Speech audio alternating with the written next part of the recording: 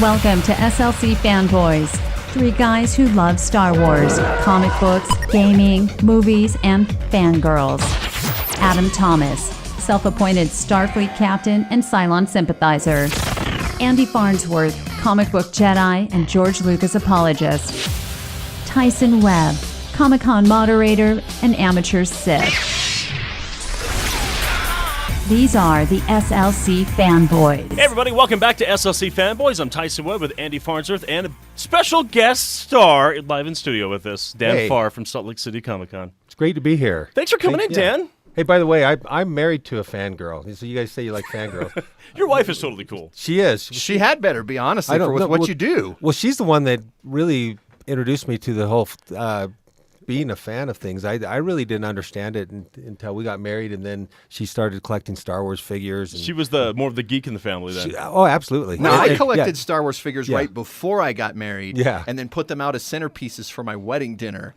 And she still married me anyway. Yeah, she did it anyway. You know. Yeah. Well, one year she wanted to do a Star Wars Christmas tree, and I'm like, what, really? I'm sure. And I just kind of went along with it. But then, as I've become more immersed in this, I love it. I say I'm a fan of the fans. I love people getting so excited about a certain fandom or a celebrity or comic book or whatever it may be. That's what I'm a fan of. I love that level of excitement that comes from fandom. Were you ever surprised? I mean, I remember meeting with you at another radio station, your first Comic-Con. You wanted to start this. You and Bryan had gotten together, and you were thinking, well, we'll be happy if we can get 15,000 people there. We might not be able to. I don't know. And then we all know what happened. Were you ever super surprised at the amount of fandom in this market and the energy that they bring with them to the con? Well, I was, let's say I was very impressed. I knew that's the whole reason I wanted to do it here is because I had gone around to some different conventions and seen what they're doing in other cities. And I realized that in those other cities, they really didn't scratch the surface of reaching the broad population that they could. You know, because if you look at just how successful all the movies are and all the comics and everything, you see that. You move this here. I guess we're repositioning your microphone. Yeah, with the video, we want to make sure we see it too. Okay, yes. But I knew that there was so much more available, and so when we did it here, we wanted to market unlike any other convention had done.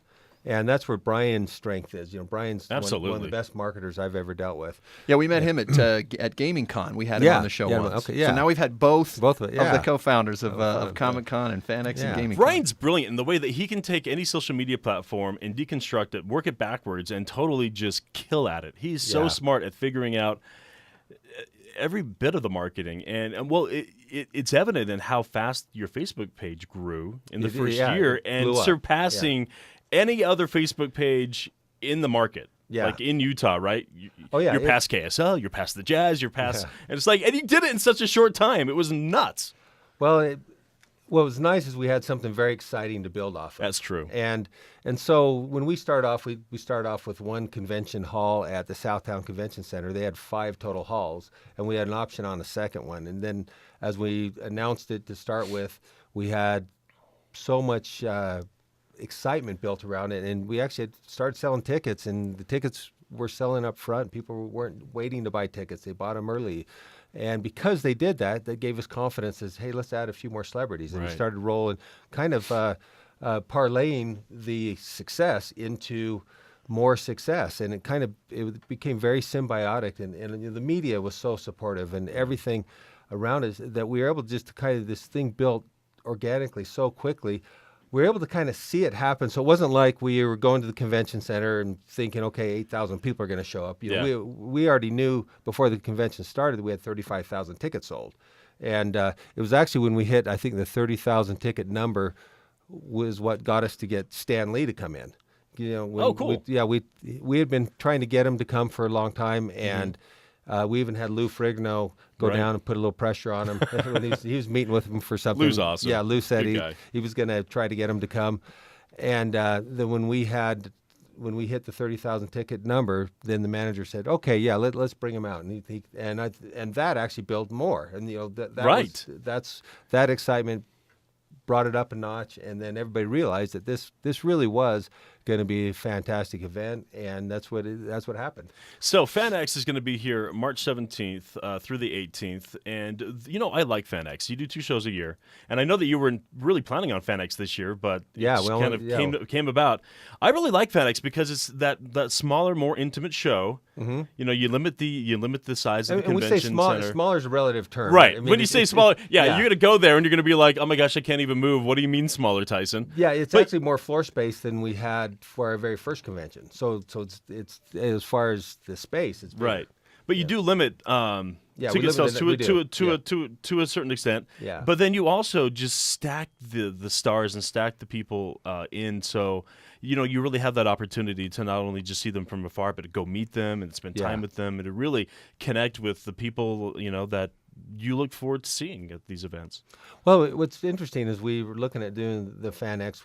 We decided to move it down to 2 days because it helps make the ticket price a little more affordable, right? And also to have a little differentiation. I don't want everybody to say FanX is Comic-Con just smaller. It's like FanX is its own event and Comic-Con's its own event, and both of them have their benefits, and there's a ton of similarities between the two. And absolutely. It's kind of you can't really say they're not similar, but I wanted it to kind of to stand on its own, and I want people that want to attend both events as well. That I think that's an important thing to kind of keep this growing in our market, because really what this is for us is the numbers. We talk about the numbers of people that attend the event, and really what that is those numbers.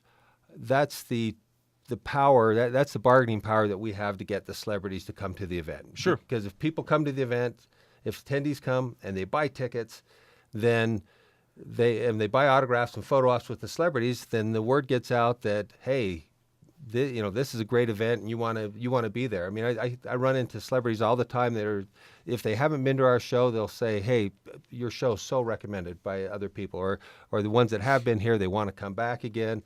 And it really is, it's turned into a great thing, really, because of the support of the fans here in Utah. Thanks for checking out SLC Fanboys. Fulfill your destiny and follow us on social media. SLC Fanboys on Facebook, Instagram, and Twitter.